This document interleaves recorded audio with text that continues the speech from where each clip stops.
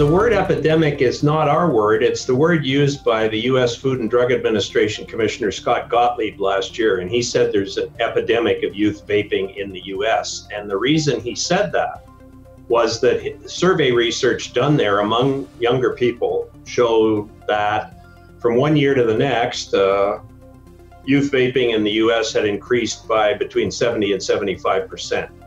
And he qualified that as an epidemic. We have a situation here in Canada where the most recent data we have that's public and that's published is from the Canadian Tobacco, Alcohol and Drug Survey that Health Canada runs every couple of years.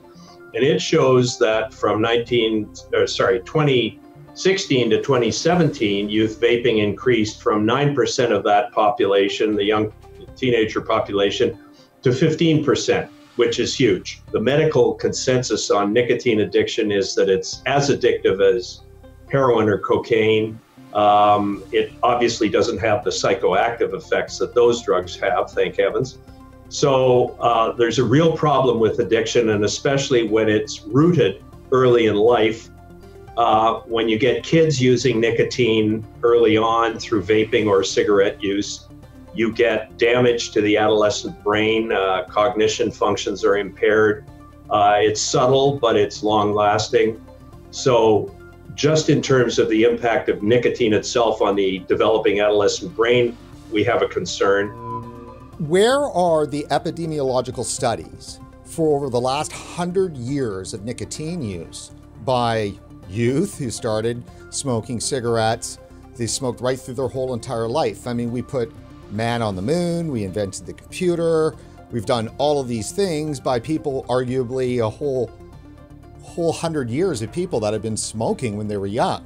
So where is the scientific evidence, not current evidence of a trial done last week or last year or 10 years ago. I'm talking about where are the long-term 40, 50, 60-year studies that prove that nicotine causes brain damage? Well, in adolescence, you don't have to have 100 years of studies to demonstrate that nicotine causes brain damage.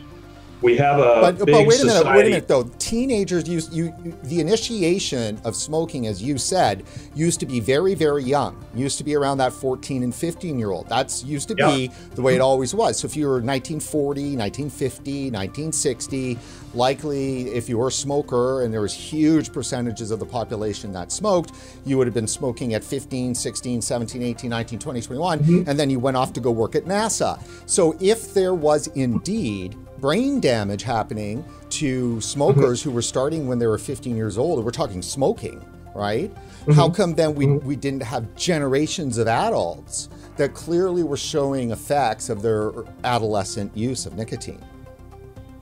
Well, I think we weren't studying it 50 or 60 years ago because that was the period only when we began to focus on, and the results started to come out about tobacco use and lung cancer.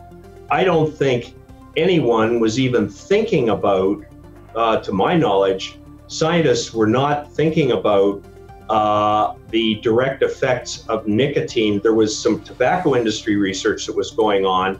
But let me just say, if it's brain damage, though, to the level in which that the media, FDA, is pushing this nicotine harms the developing brains, well, then if that is truly the case, then either we would have seen it, there is impossible that in 1970, we would not have been noticing amongst men in their 40s or 50s from their smoking they did, whatever. I mean, if it indeed... Well, we don't, I think the answer partly is this isn't, I'll call it catastrophic damage as far as we understand it. And I don't claim to be an expert on the adolescent brain and nicotine.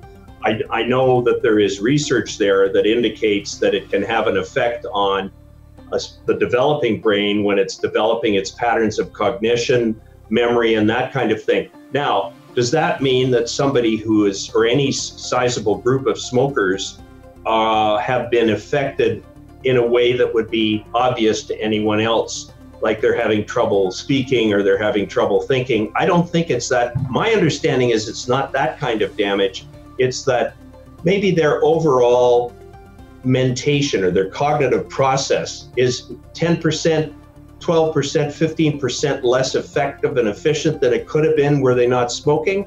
It's more that kind of damage.